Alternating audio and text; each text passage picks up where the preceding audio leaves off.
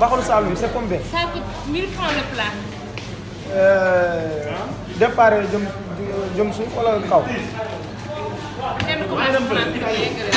Mbaxalu Saloum 1000 francs yi laa wax suuf la commencé jëm kaw wala. léegi yow léegi mënoon na wax nag nga xam ne moom nga xam. nit ku nekk amoo droit parler lu la neex. defal ma Mbaxalu Saloum. C'est combien?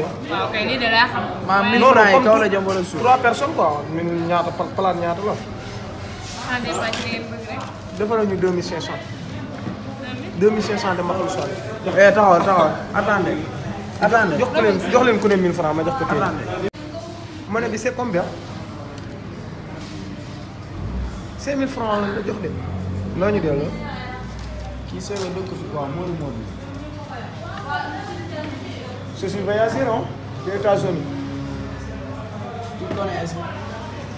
What do you do for a living? I'm 16 years old. How old are you? mais da nga am temps ngay wax. Booy jaay làkk yëpp nga war a dégg.